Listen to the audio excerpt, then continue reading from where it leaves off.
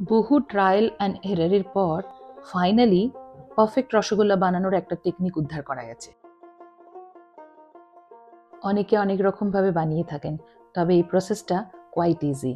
প্রথমেই যেটা করতে হবে সেটা হলো ফুল ফ্যাট মিল্ক একটু ফুটিয়ে ভিনিগারে জল মিলিয়ে ছানা কাটিয়ে নিতে হবে। এবার একটি পাতলা কাপড়ে ছানাটিকে ভালো করে ধুয়ে জল ঝরিয়ে নিতে হবে। এখানে দুটো জিনিস মাথায় রাখতে হবে। এক, দুধ বেশি ফোটানোর দরকার নেই। দুই, ছানা থেকে বেশি জল ড্রেন আউট করা যাবে না। ছানা শক্ত হয়ে গেলে রসগোল্লা ঠিক হবে না। তাই ছানার উপরে লাইট ওয়েট চাপিয়ে 10 মিনিট রাখলেই যথেষ্ট। এবারে একটি ছড়ানো পাত্রে ছানা নিয়ে হাতের তলার এই অংশটির সাহায্যে ছানা ভালো করে মেখে নিতে হবে। ছানার মণ্ড যত স্মুথ হবে রসগোল্লা ততই সফট হবে।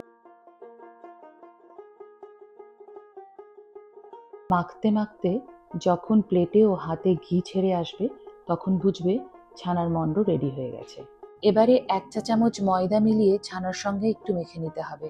এক্ষেত্রে বলে রাখি, ময়দা মেলানোর পরে খুব বেশি মাখার প্রয়োজন নেই। এরপর ছানার মণ্ড থেকে ছোট ছোট লেচি কেটে রসগোল্লার আকারে পাকিয়ে নিতে হবে। নোটিস করবে কোল করার সময় যদি ছানার গায়ে কোনো ক্র্যাক না থাকে তাহলে বুঝবে ছানা মাখা পারফেক্ট হয়েছে।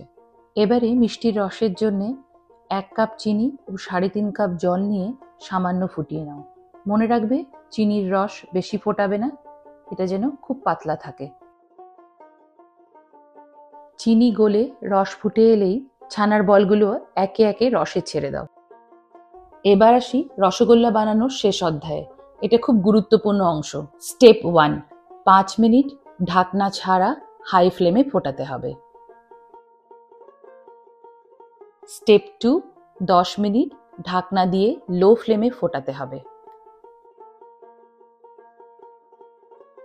স্টেপ 3, আবার আগের মতোই ঢাকনা ছাড়া 5 মিনিট হাই ফ্লেমে ফোটাতে হবে। যদি মনে হয় রস ঘন হয়ে গেছে তাহলে সামান্য জল দিতে পারো। স্টেপ 4, ঢাকা দিয়ে কম আঁচে আবারও 10 মিনিট ফুটিয়ে নাও। এবারে গ্যাস বন্ধ করে ঢাকনা দিয়ে 2 ঘন্টা রেখে দিলেই বানিয়ে ফেলবে পারফেক্ট রসগোল্লা। ডিটেল রেসিপি টিপ সহকারে ডেসক্রিপশন বক্সে রইল তোমাদের জন্য। একবার ট্রাই করে দেখতে পারো।